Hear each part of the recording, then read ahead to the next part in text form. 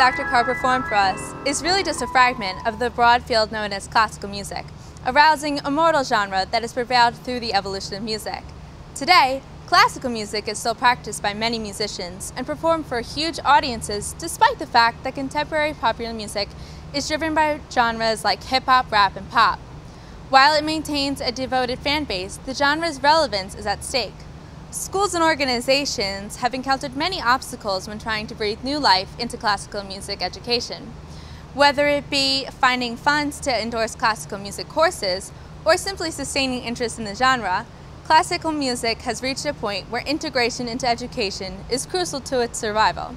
When there is cuts in funding anywhere, the arts are traditionally kind of one of the top places that get cut, which is unfortunate. When I hear about arts programs cut, what I think in my heart is that how many outstanding young musicians are we missing because they're not having the opportunity to even experience the arts? Is it enough to inject classical music into education? Will that action in itself change the growing idea that it's a dying genre that holds little excitement? These are questions that are being targeted and acted upon by different schools and organizations that dabble greatly in the field of music. There's an overall goal of increasing the interest in classical music that doubles with the task of promoting the education, a two-headed beast of a problem that is being tackled by the classical music enthusiasts of the current age. Some of the rhythmic intricacies in classical music are far more interesting than maybe what they're doing in pop music. Classical music can be very exciting, it can be very innovative, especially with new compositions. It's all about exposure. I know a little kid that I can think of right now is 15 months old. A violinist came to play for him directly, played right in front of him, sitting like as close as we are right now. And this little guy, he just sat there and was mesmerized. He didn't budge at the end when the guy stopped playing because it was so exciting. I think it's picking the right music and having a goal in mind each time you approach it. And it's definitely about exposure. Besides the calming effect that classical music creates for both its listeners and musicians, it offers a number of benefits to a person's mental and spiritual development. The study of music and the arts develops certain parts of the developing brain that benefit other areas. Just, the arts, it makes for a more well-rounded individual, a greater understanding of math and sciences, and it certainly works another part of the brain. If you're involved in the actual performance part of it, then there's a skill involved, and there's the feeling of accomplishment and fulfillment in learning something that's really quite difficult and also intellectual in addition to artistry. And by accomplishing that, you're then collaborating with others of like mind, and it's a very thrilling and very fulfilling kind of experience. We've thrown around the phrase classical music, but what is classical music?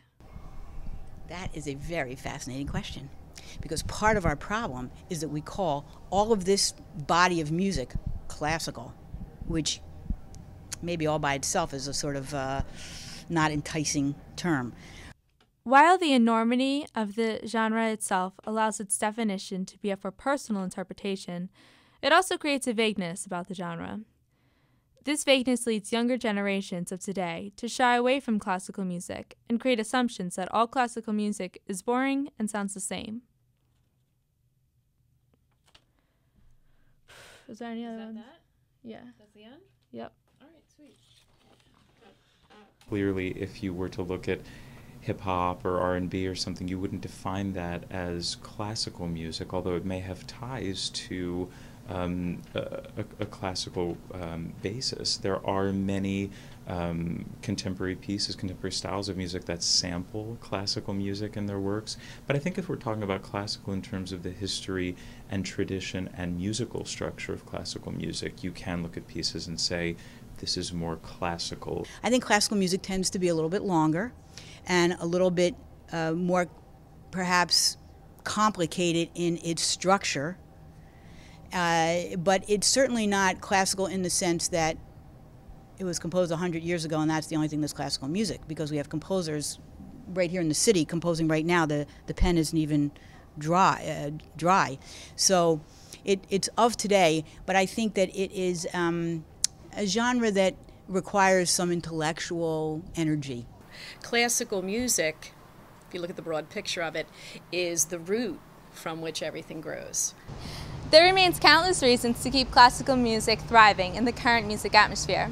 Organizations like GAMP, the Girard Academic Music Program, Astro Artists, and the Kimmel Center remain vigilant when it comes to educating the current generation and nurturing a love of classical music. When it all boils down to it, music is music, regardless of the differences in the multitude of genres. The ultimate goal of music enthusiasts everywhere is to keep the soul-soothing, feet-moving art alive in its entirety, never shedding one part of the whole in a favor of another. This is Summer Gary with WHYY.